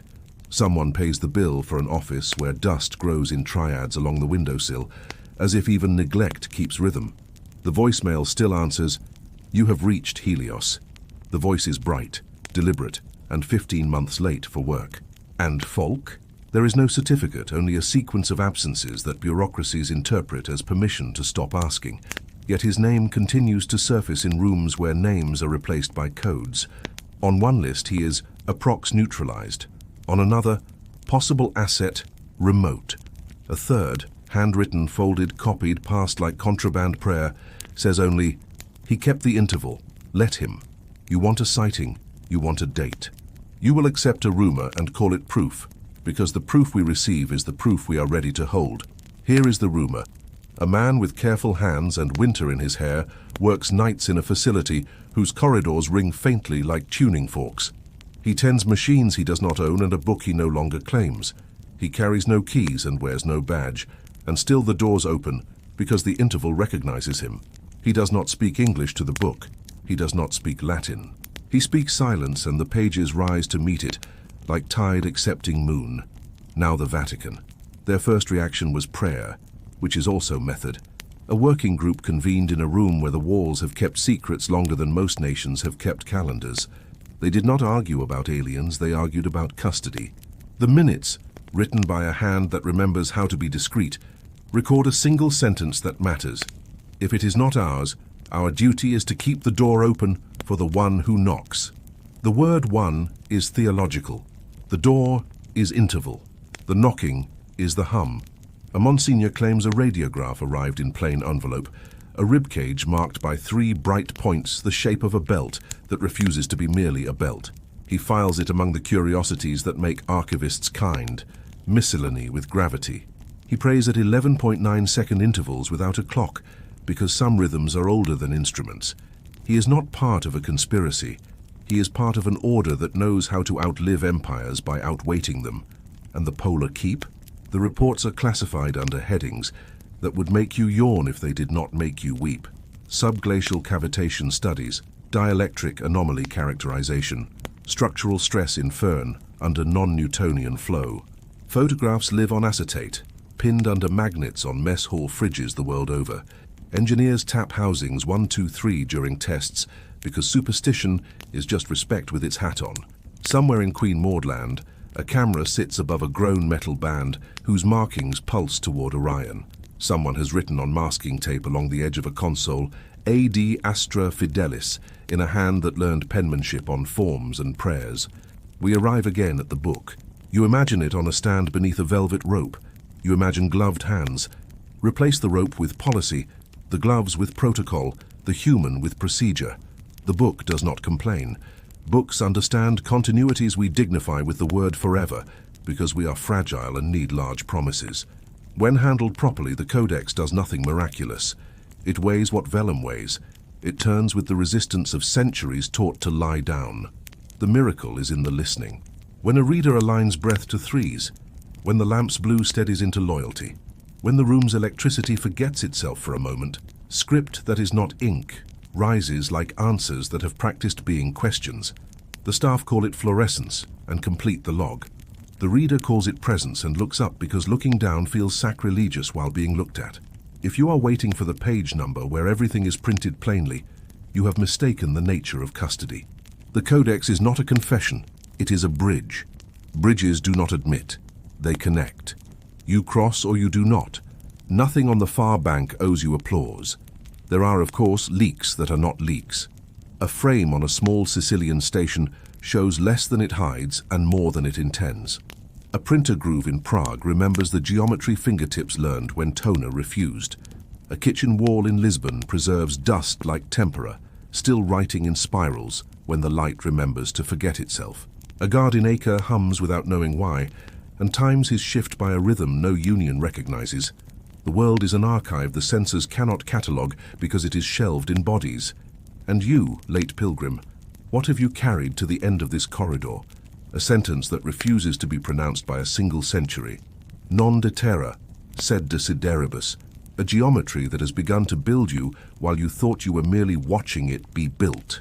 A vow you did not make and found yourself keeping. Leave the cross open. Keep the interval. Take comfort in this much and only this much. The book is somewhere that does not belong to one nation or one church, in custody that is not simple and not entirely cruel. It is read less often than it should be and more often than they admit. It is safer than rumor wants and more endangered than press releases confess. It is not lost. It is not free. It is kept. As for Falk, the rumors are sufficient. He is either the man who vanished into light or the man who learned to move without moving. He either walks a corridor that has never seen sun or stands on a polar night staring toward a horizon that does not concern itself with latitude. He either died, or he kept the interval so well that time forgot how to measure him. Each version is faithful to the others. Each version hums. Where then is the book now? Here is the answer you did not want. In the last quiet room that can still be made in this loud century, under a light that learns from the reader's breath, within a procedure that calls itself protection because it has not the courage to say fear. It is watched by people who love their jobs more than they love their names, and by a hum that loves neither and keeps both. And why did those who found it bring only a portion of the truth into the light? Because truth is not a stone you carry to a square. Truth is a frequency. If you flood a city with it, windows break. If you offer it at intervals, the city tunes. They brought what the century could bear and no more. This is not mercy. It is engineering. You wanted revelation to slam like a door. Instead, it breathes like a room that has just remembered it has windows. So we end here, not with a disclosure but with a custody.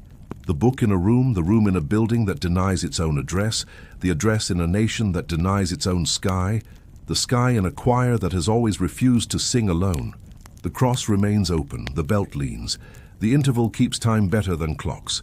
If this episode disappears, and it may, you will still have the habit it gave you. To notice when the silence arrives in threes, to turn the chair a few degrees toward listening, to trace a small spiral with the tip of a finger where dust accepts instruction. If you do that, you will know where the book is without knowing where the book is. You will have returned it to circulation the only way that cannot be confiscated. Now breathe, slowly, count to 3, listen for the hum. If you hear it, you are already at the door.